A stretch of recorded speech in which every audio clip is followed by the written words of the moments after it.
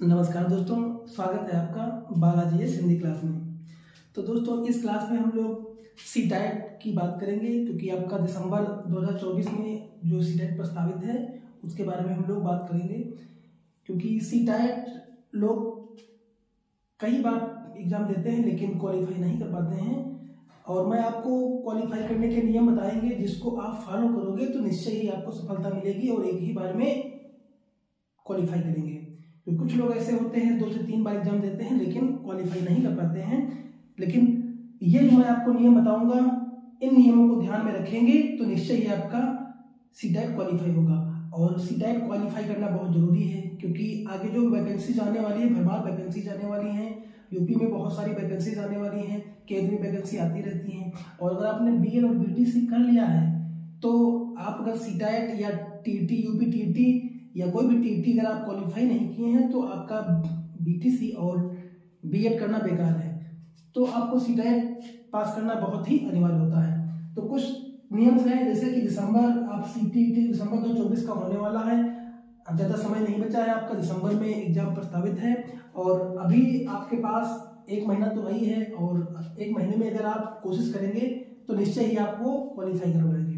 क्योंकि बहुत ये इसके रूल्स जो होते हैं जो महत्वपूर्ण होते हैं, और उन रूल्स को अगर आप ध्यान में रख करके चलिए बताते हैं। सबसे पहले आपको ध्यान में क्या रखना है, पास करने का महत्वपूर्ण नियम।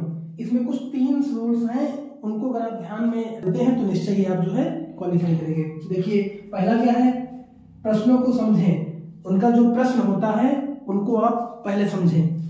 पहले देख लीजिए, आपके 150 क्वेश्चन होते हैं, सबको पता है, और उसमें से 1 to 5 के लिए आपके 30 के 5 हेड होते हैं। 30 आपका सीडीपी हो जाएगा, 30 आपका हिंदी हो जाएगा, 30 आपका पर्यावरण हो जाएगा, और 30 आपका मैथ हो जाएगा, और 30 आपका भाषा लैंग्वेज।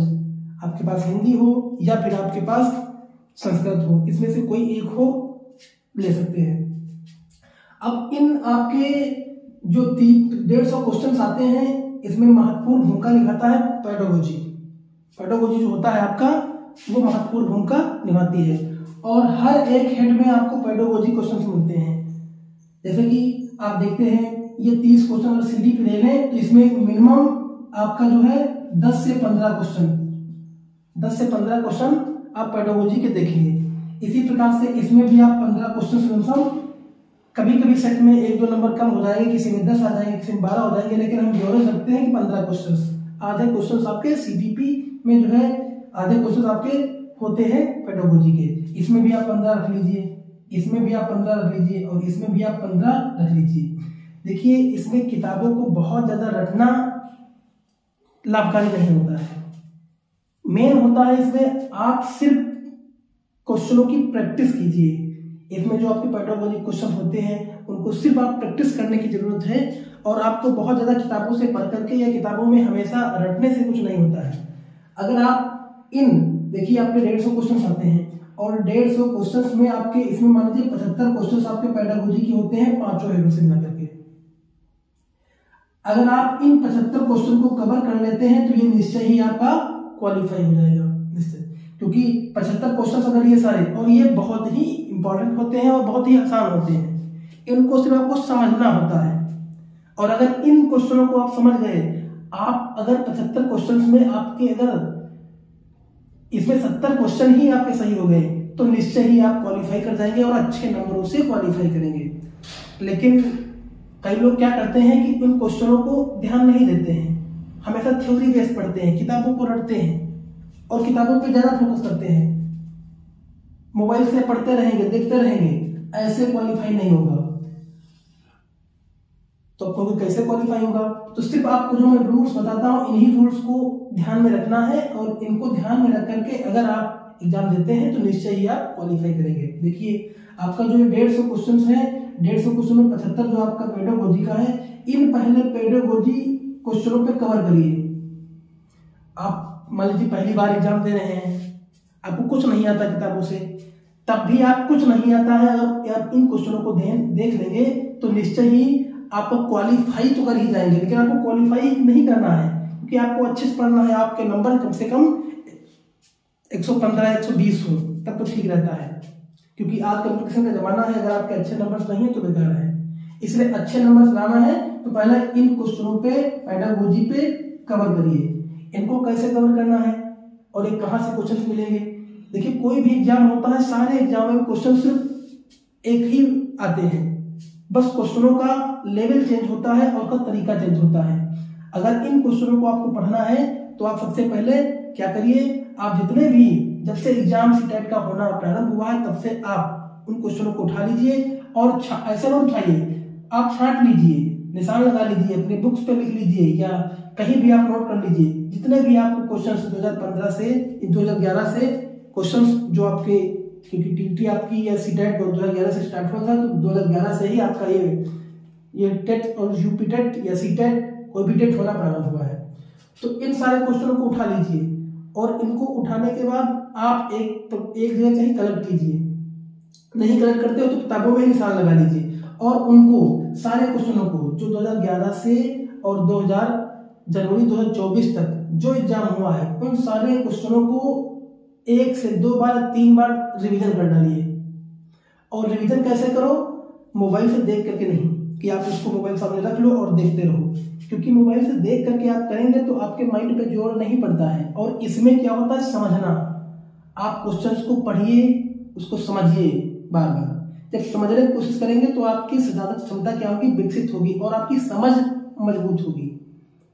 और इसी टाइप क्वेश्चंस में अगर आपकी समझ मजबूत हो गई, क्वेश्चनों को एक बार पकड़ लिया तो निश्चय ही आप एग्जाम में पकड़ पाओगे, क्योंकि एग्जाम में क्या रहता है, उसके लेंथी क्वेश्चंस रहते हैं और उन क्वेश्चनों को आप कवर नहीं कर पाते हैं, उन क्वेश्चनों को आप पकड़ नहीं पाते हैं, उनकी लैंग्वेज, उसकी भाषा समझ नहीं पाते हैं। इसीलिए अगर आप जो है उन क्वेश्चनों को बार बार देखेंगे तो उसकी भाषा पे, उसकी लैंग्वेज पे पकड़ हो जाएगी आपको। एक ही बार में क्वेश्चन पढ़ोगे और समझ जाओगे। अगर आप क्वेश्चन को नहीं समझ पाए तो बार बार पढ़ते रहोगे और एक क्वेश्चन का 1 मिनट से ज्यादा आपको लग रहा है तो आप क्वालिफाई नहीं कर पाएंगे कभी, क्योंकि लेंथी क्वेश्चन होते हैं। और इसके लिए आपको सिर्फ और सिर्फ प्रैक्टिस की जरूरत है।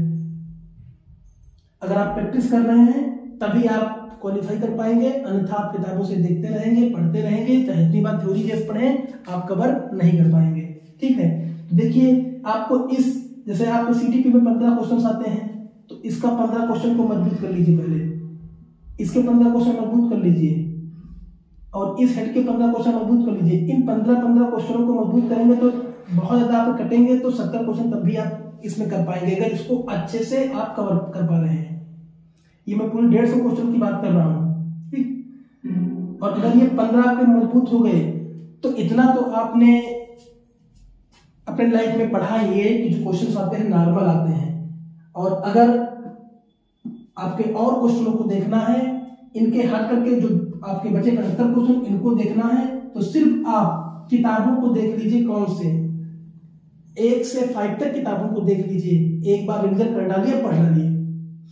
जो आपकी अगर सीटेट आप एग्जाम दे रहे हैं तो सीटेट एग्जाम के जो आपके 1 से 5 तक और 8 तक जो किताबें बुक्स आती हैं एनसीईआरटी एससीईआरटी, सिर्फ इन्हीं को आप एक बार देख लीजिए। इनको आप देख लेंगे तो निश्चय ही आपके उसमें से आप अगर 75 क्वेश्चन आपके बचे तो 75 क्वेश्चन में आपके इसमें 40 क्वेश्चनों को तो आप निश्चय ही कर लेंगे। क्योंकि अगर आप जानते होंगे कोई भी अगर डिस्क्वालीफाई होता है तो सिर्फ या तो 5 नंबर से या तो 2 नंबर से तो 3 नंबर से, इसके बीच में डिस्क्वालीफाई होता है। और सभी के लमसम आप देखा जाए तो लमसम आपके 80% लोग क्या करते हैं, 80% जो होते हैं ये 70 प्लस लाते ही हैं, वो पढ़े या थोड़ा पढ़े या ज्यादा पढ़े 70% क्वेश्चन तो लाते ही हैं। 70 क्वेश्चन तो 150 में 70 क्वेश्चन तो उनके आ ही जाते हैं। क्यों? क्योंकि वो कुछ भी ना पढ़े तब भी आते हैं। लेकिन अगर कोई डिस्क्वालीफाई होता है तो सिर्फ 5 क्वेश्चन से 8 क्वेश्चन या 10 क्वेश्चन के बीच, इसी में डिस्क्वालीफाई होता है। तो इन क्वेश्चनों को अगर आप कवर कर लिए, अगर इन 75 क्वेश्चनों को कवर करके इसको आप देख रहे हो तो निश्चय ही आप क्वालिफाई कर पाएंगे। ठीक है, अब देखिए ये आपका क्या पहला नियम हुआ। इस नियम को अगर आप समझेंगे, मैं बताने में आपको बार बार प्रयास कर रहा हूं कि आपको समझ में आ जाए, क्योंकि ये क्वेश्चन अगर आप कवर कर लिए तो निश्चय ही आप आधे पहुंच गए। अब देखिए दूसरा नियम क्या है, कुछ ऐसे क्वेश्चंस होते हैं जो देखते ही देखते आपको गलत लग जाएंगे, चाहे इतना बड़ा हो।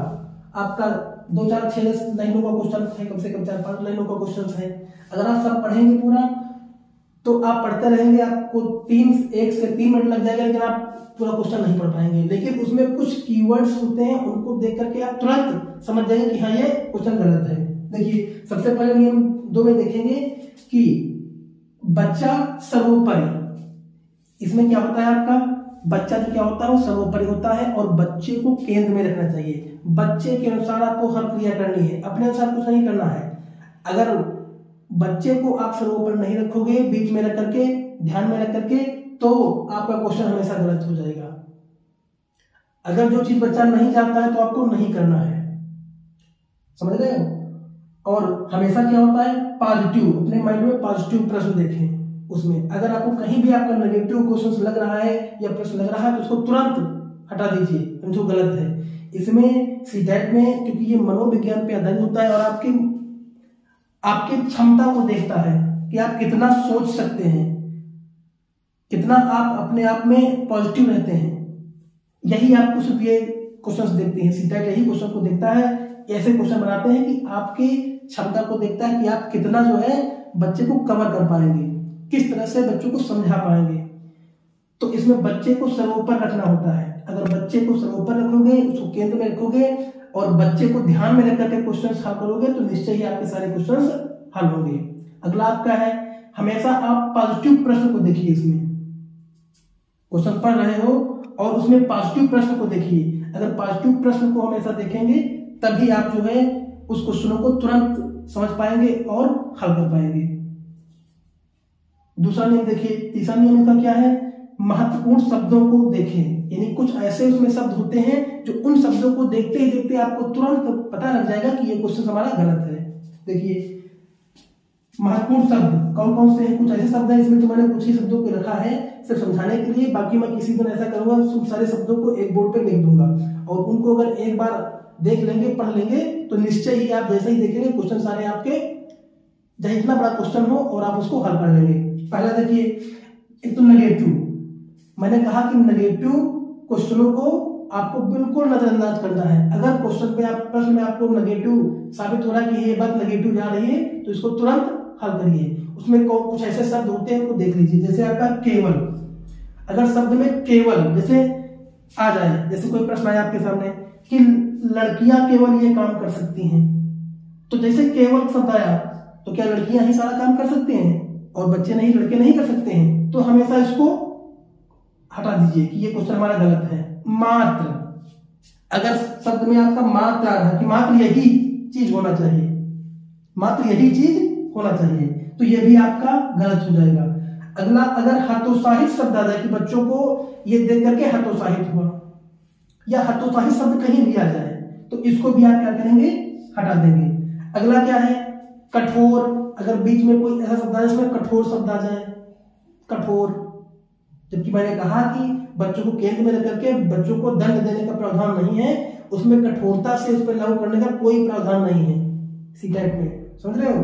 तो कठोर शब्द अगर आ रहा है तो इसको तुरंत हटा दीजिए। अगला आपका, अगर बच्चों के प्रति कोई सजा दी जा रही है, बच्चों के प्रति अगर कोई सजा दी जा रही है तब भी प्रश्न में आपकी सजा वाली बात आ रही है तब भी इसको हटाना है। और अगर रटाने की बात आ रही है, प्रश्न में अगर रटाने की बात आ रही है कि बच्चों को रटाना चाहिए या ये रटाना, तो इसको भी हम हटा देंगे। तो ये आपके अगर क्वेश्चन ऐसे मिल रहे हैं इस प्रकार के तो आप इसको तुरंत हटा देंगे, ये क्वेश्चन गलत बनाता है। ये आपके नेगेटिव की बात हुई। अगर पॉजिटिव की बात देखें, अगर कोई शब्द पॉजिटिव में अगर प्रोत्साहित, कि बच्चों को ये देकर प्रोत्साहित किया जाए या बच्चों को कहीं घुमा करके भ्रमण करके उसको प्रोत्साहित किया जाए, तो ये बहुत ही पॉजिटिव होता है और इसको तुरंत ऐसे क्वेश्चनों को हम टिक कर देंगे कि हमारा सही है, क्योंकि ये कुछ कीवर्ड है जो आपके क्वेश्चनों में देखने को मिलेंगे। अगला है सृजनात्मकता। अगर बच्चों की कोई सृजनात्मकता की बात की जा रही है कि बच्चों में सृजनात्मकता बढ़ रही है तो ये भी आपका सही हो जाएगा। अगला चर्चा, अगर बात आती है क्वेश्चन में कि बच्चों को बैठा कर चर्चा किया जाए, चर्चा वाली बात आ रही है तो ये भी क्वेश्चन आपका क्या होता है दोस्तों, पॉजिटिव में आता है। अगला आपका अवसर। अगर बच्चों को कोई काम करने के लिए क्वेश्चन में आ रहा है कि ये काम करने का अवसर दिया जाए, अवसर, तो अवसर जो होता है ये भी आपका क्या है, पॉजिटिव होता है, ये भी हमारा क्वेश्चन उसका सही होता है। अगर आपका कारण का पता लगाओ, अगर क्वेश्चन आ रहा है कि इसमें बच्चों के द्वारा कोई क्वेश्चन दे दिया जाए और उसमें यह महसूस हो रहा है कि इसमें कारण का बच्चों के द्वारा पता लगाया जा रहा है, तो ये भी आपका क्या होगा दोस्तों, ये पॉजिटिव में आएगा और ये क्वेश्चन क्या होगा, आपका सही माना जाएगा। तो दोस्तों ये कुछ ऐसे रूल्स हैं, अगर इन रूल्स को आप ध्यान में रखेंगे तो निश्चय ही आप सीटेट क्वालिफाई करेंगे। और दिसंबर का आप एग्जाम होने वाला है, आपका 1 महीना से बचा हुआ है और 1 महीने में इन नियमों को आप देख लीजिए। अगर आप इसको देखेंगे तो निश्चय ही आप क्वालिफाई कर पाएंगे। तो दोस्तों ये हमारा 1 से 5 तक का वीडियो था। अब इसके बाद में आपको 6 to 8 के लिए बताएंगे, कुछ ऐसे शब्दों को बताएंगे, कुछ ऐसे नियम बताएंगे जो आपको क्वालिफाई करने में मदद मिलेंगे। तो आज का वीडियो अगर दोस्तों अच्छा लगा हो तो लाइक करिए, कमेंट करिए, चैनल को सब्सक्राइब कर लीजिए।